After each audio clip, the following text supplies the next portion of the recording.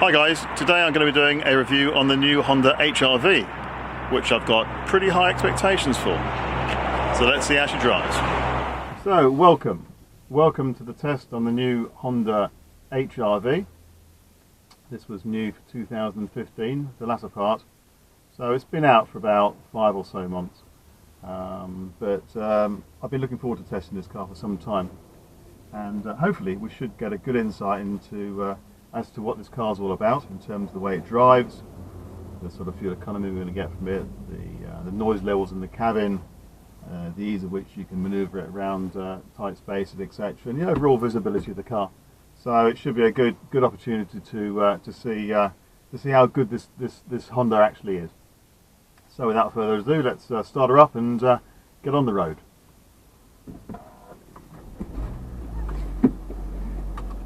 The first thing I notice is the fact that the car is very quiet. It's equipped with the automatic gearbox, so it should make for a very easy and stress-free driving experience.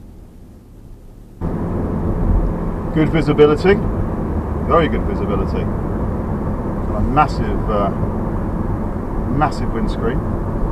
Got loads of light from the panoramic sunroof, which stretches right back into the rear passenger compartment. So at the moment we're running just under 50 miles an hour. So we take it up to 50. We're clocking just under about 1 3/4 RPM, 1,750 RPM. So it's very low revving unit. Red line's at just over 6,500 RPM. And the speedo has got a top indicated speed there of 140, though we're probably be nearer, I'd guess about 118 or so miles an hour in this. It's equipped with the 1.5 litre petrol engine. It'll be interesting to see how the diesel fares, because obviously with the diesel you've got a lot more low down torque, which makes it for a lot more. It's a lot easier in terms of driving that. You haven't got to do so many gear shifts, etc. with the diesel. It's a great amount of torque. With the petrol you get less torque, so you normally have to move up and down the gearbox a bit. But we've kind of circumvented that really with the fact that running with an auto. I've just noticed on the dashboard as well, it gives an indicator as to the speed limit we're in as well, saying 50 limit, and that's exactly what we are. We're in a 50 limit. This does appear to be a lot quieter than the previous generation HR-V. The ride over the bumps appears not a great deal of difference there, but it's the noise levels that I'm quite impressed with. It is quiet, very quiet. A nice layout of the cabin controls in terms of the air conditioning, heating, ventings and everything else. I'll show you that later on. Yeah, the pickup isn't stunning. We're up to 50 now, so it got there relatively stress-free. As I said before, I think with the diesel unit you probably find a lot more willingness to pull from lower revs than the petrol due to the high levels of torque. We can override the automatic gearbox with the paddles as well behind the steering wheel. So now I've just gauge D4, it's D5, so it's a 5-speed, D6, there you go, we've got a 6-speed, 7-speed. 7-speed auto gearbox, which you can override with the paddles behind the steering wheel.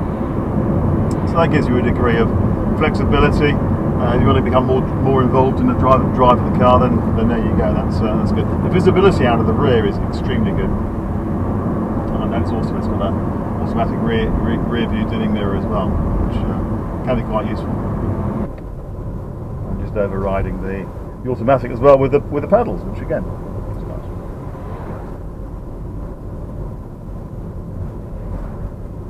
guess this car is going to be used for a lot of motorway driving. It should be quite adept at doing that. It'll be equally as home in traffic as well. So it's going to be quite a multifunctional type car, able to do a lot of different things, and it'll be used obviously for the I guess for the school run as well. I notice also that after a period of time, it's like 15 or 20 seconds, that when you've overridden the automatic gearbox with the paddles, it slips back to the normal automatic. This will give me a good opportunity to see what it's like for a bit of tight turning.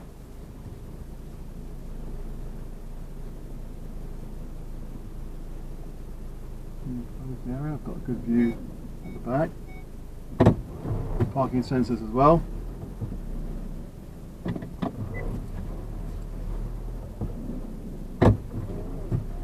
Yep, that was nice and easy. So anyway, what I'm going to do now, I'm going to take you for a guided tour around the car, external, under the bonnet, inside the cabin, the controls, etc., etc., to give you a better understanding of the facilities and the extras and the various accoutrements that this car comes with. So here we go. The car does look very nice in the metallic gunmetal grey. As I said, this is a 1.5 litre petrol, kindly loaned to us by Marshall Honda Narborough.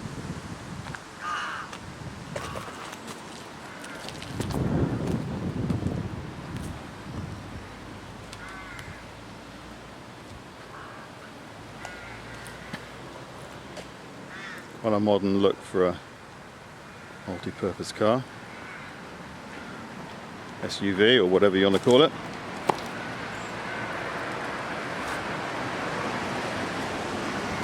See the alloy wheels running on 215/55s.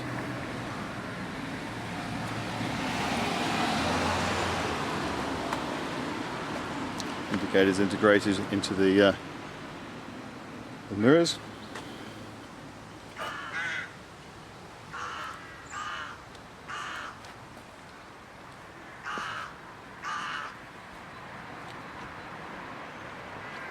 Modern tail lift back end.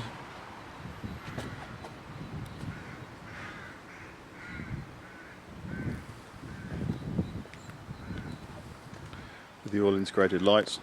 That's quite a nice feature on the car from the previous derivative.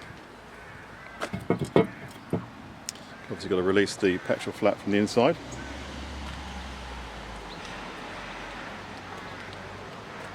Have a quick look at the engine under the bonnet.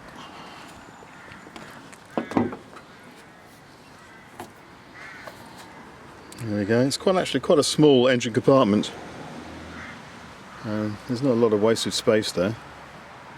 And there's the 1500 1.5 litre petrol engine. Decent sized battery, fuses. Top up for the windscreen water. Oil dipstick, although most people now rely on the indicator lights inside the car.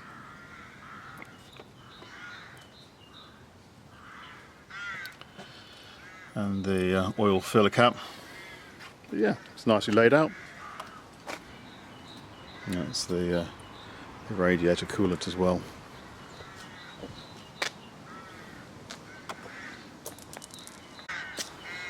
So to lock, push the button there, the lock, mirrors fold in, and to unlock, push the button again, pull, and we've got the keyless entry into the car. The rear doors are quite nice as well. They're kind of, it almost looks like there isn't a pull handle, but the pull handle is located here for access into the rear, which you can see is quite a large space. Let's jump in the back.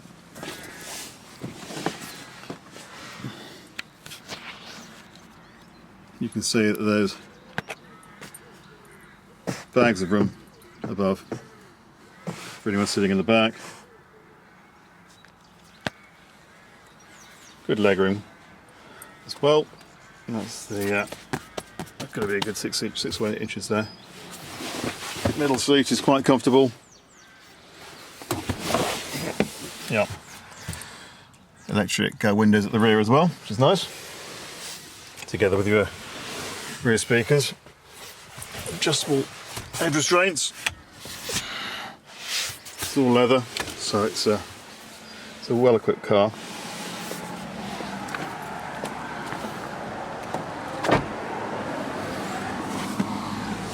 In front,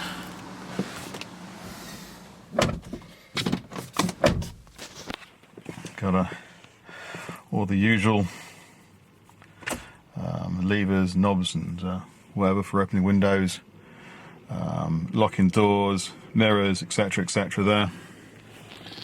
Got the economy button there, so you can actually get a little bit of extra economy in the car when you're driving along. Turning your ASC off there as you're parking, etc, etc. On the centre steering wheel we've got the various buttons for volumes, seat controls and the radio and what have you.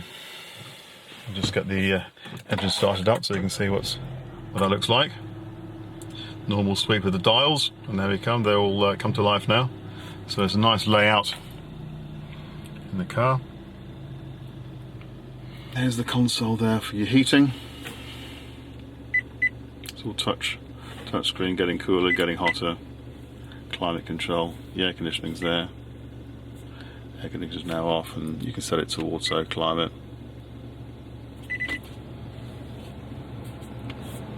You can sync both sides as well, so that when you haven't got a passenger in there and you want to have the heating on both sides the same, you can just push that button there.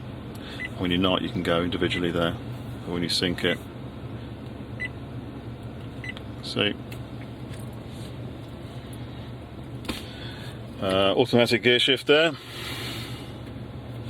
Park, brake hold, and you can turn the stop start off there.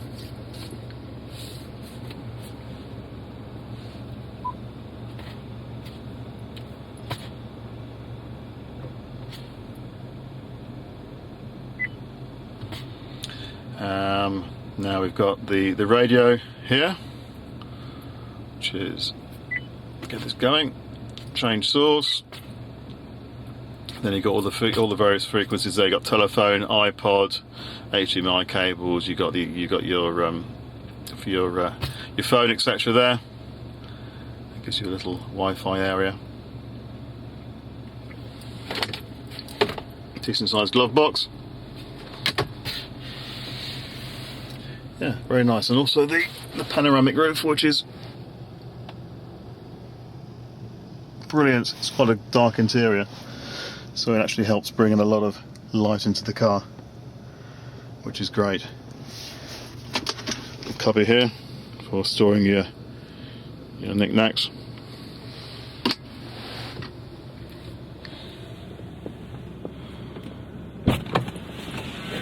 Going to be looking in the rear. How much space there is. Complete with baby seat. You can see that there's a fair bit of room there, and the seats will obviously fold down if you needed more space as well.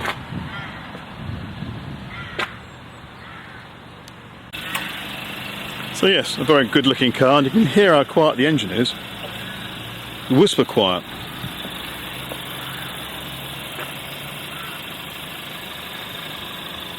So yes, a very attractive, nice, easy car to drive. A good looking one too. And here's a quick demonstration of the rear reversing camera. As can be seen there, you've got the the lines where you're going to hit, or not hit as the case may be. Turns yellow when it's clear.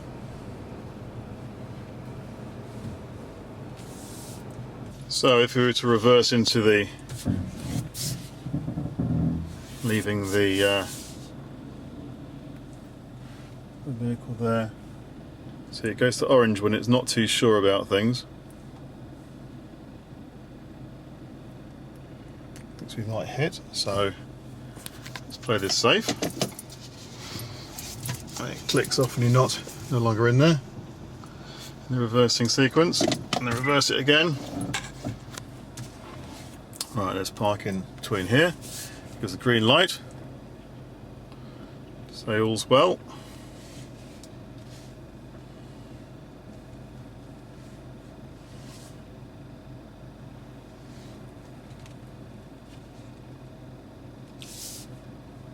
Yellow's fine.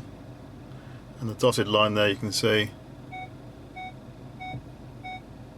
where you're going to hit, so we'll stop there. I could go back a little bit further there. So yeah, very useful aid if you're a bit unsure about parking or just want to be totally positive about where you put in the vehicle. That's always a good thing to have. I've got to say, if you're looking for a car with decent carrying capacity, a good looking car with decent carrying capacity, you can want to see your children as well. There's loads of space for all of that. And it is an incredibly easy car to drive, very, very quiet, and it basically does everything it says on the tin. Good visibility, nice and light and airy, well made, good quality plastics, yeah, nice plastics, not too scratchy, nice and soft on the doors. It's a nice car, very nice car. This one fully loaded is on the road at about just over £23,000 plus metallic paint. It starts at below 20 though, so you can get a reasonably priced car with a decent amount of quality thrown in as well. So yeah, it's you know, if I was to give my summaries in the car: easy car to drive, comfortable car to drive, very quiet, very cosseting. All the controls are nicely laid out. Don't need to worry about where everything is. I mean, I've literally just jumped straight in this car and driven it, and it's been simple, very, very easy. I'm not have to become acclimatised or anything with the car. It's all intuitive. It's not at the silly price. We can get one. You can buy one for under £20,000. I call that very, very good value for money. Engine's a little bit weak, so my personal choice would be the diesel. And I think a lot of people these days are going for diesel over petrol. You get, as I said before, you get the extra torque on that, which makes it an easier car to accelerate from lower revs. And it'll probably be more economic with this vehicle as well, petrol. If I was in the market for something like this, yeah, I'd definitely put it on my shortlist. The Honda badge still counts for an awful lot these days, and you'll get good resale value on these as well, which is something that a lot of people don't consider when they buy the car. They think, how much can I get off the car? How little is it going to cost me? They tend to consider how well the car holds its value later on down the line when they come to sell it. And Hondas have always had a good reputation for holding their money. So anyway, I'd like to take this opportunity to thank you for watching this review. If you like it, please subscribe. If you don't, then don't subscribe. And I'd also like to thank Marshall Honda Narborough for the loan of this vehicle. And I'll post the details, contact number and everything else at the end of this video, so you can maybe give them a ring and pop down if you're local for a test drive. So thanks for watching, guys, and we'll catch you on the next video. Cheers.